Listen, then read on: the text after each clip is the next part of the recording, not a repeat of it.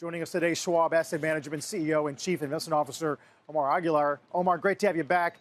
Walk me through the framework you're using right now in light of what we were just discussing, and that is this debate about whether or not an environment in which cuts were needed is healthy or not. Well, good morning. It's kind of an interesting time in the market where, there's a lot of confusion, and you can actually spend a good amount of time making a case for a bull market or making a case for a depressive bear market, in both cases. And you look around the world and we're continue to see mixed signals across the board.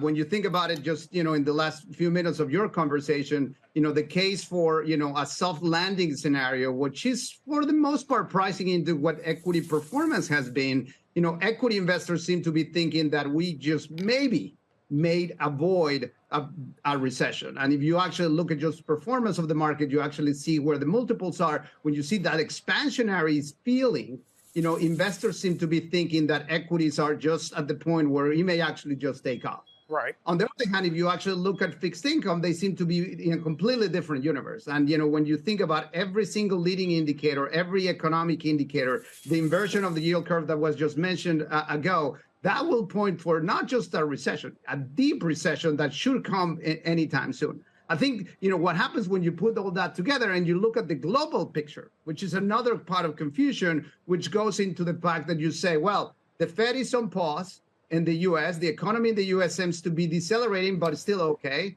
When you look at Europe and the U.K., that's a problem because the euro economy is in recession, and therefore the ECB and the Bank of England are raising rates. And then you go to emerging markets and you actually see the opposite when there's a stimulus going into China and there's potential for growth. So Sure. All that together comes down to, maybe the opportunity to just look broad and diversify your portfolio. Well, do you think do you have a year-end target on, say, the 10-year yield, and is it outside of the range we've been stuck in?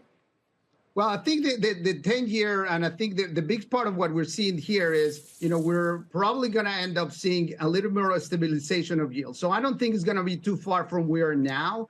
Looking at the longer term, I think what is going to change is the shape of the yield curve. I think, we're going to see a little bit of a lower end because, as described before, a lot of the two potential, increases on the Fed rates on the short end of the curve is already pricing into the market. So we're probably going to see the top of that, and we're going to see that duration starts to actually play a little bit of a role more towards the second part of the year, which actually will make a lot of sense. And a lot of that will depend on the labor market, and a lot of that will depend on inflation numbers. I think we're in a good place when we see that CPI number, but only will take a surprise on CPI that will potentially change that component and may change the way that the yields, behave. And I think for the case for equities, we still need to see that stabilization of yields before we can declare the all clear. And I think we're probably not going to see that until the fall, once we get fully done with everything that we're going into with the Fed raising rates. But if you were worried about that, Omar, you would have missed a 30% rally in the NASDAQ so far this year. Everyone hated the NASDAQ coming in because of rising rates and potential recession. So what do you tell your clients to do with tech now?